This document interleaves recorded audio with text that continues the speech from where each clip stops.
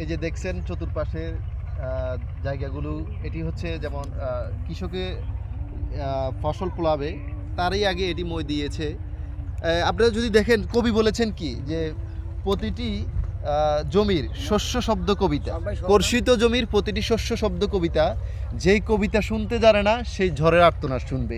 অর্থাৎ আপনার কবিতা শুনতে হলে, কবিতাকে বুঝতে হলে আপনার প্রকৃতি ঘুরতে হবে, আবহমান নদী, আবহমান বাংলার মানুষের সাথে প্রকৃতির যে নিবিড় সম্পর্ক, সেই নিবিড় সম্পর্কগুলো যদি আমরা বাঁচিয়ে রাখতে চাই, তাহলে আমাদের প্রকৃতিকে ঘুরে দেখার কোনো বিকল্প নেই।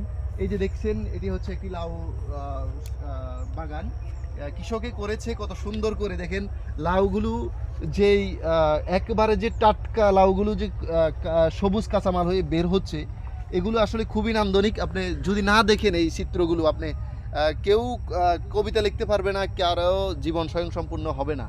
আসলে প্রকৃতির সাথে যে আমাদের নিবিড় সম্পর্ক, সেই সম্পর্কগুলো টিকিয়ে রাখতে হলে আমাদেরকে প্রকৃতিকে বিচরণ করতে হবে।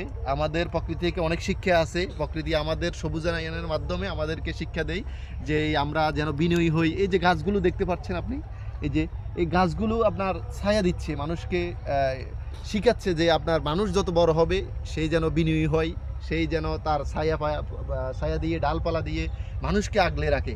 এই শিক্ষাটুকু আমরা প্রকৃতি থেকে পাই।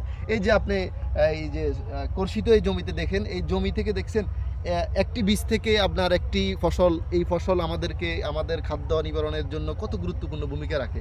আমরা যে শহর জীবনে কিংবা আমরা দূরবর্তী যে জীবনগুলোতে আমরা কৃষি বিমুখ হয়ে যাচ্ছি, আসলে কৃষি বিমুখ হয়ে গেলে আমাদের মাটির সাথে যে আমাদের সম্পর্ক, সেই সম্পর্ক থেকে যত বেশি দূরে সরে যাব, আমরা আমাদের দৈনন্দিন জীবনযাত্রা আমাদের আরও ব্যাহত হবে, আমরা ক্ষতিগ্রস্ত হব সার্বিকভাবে। ধন্যবাদ সকল।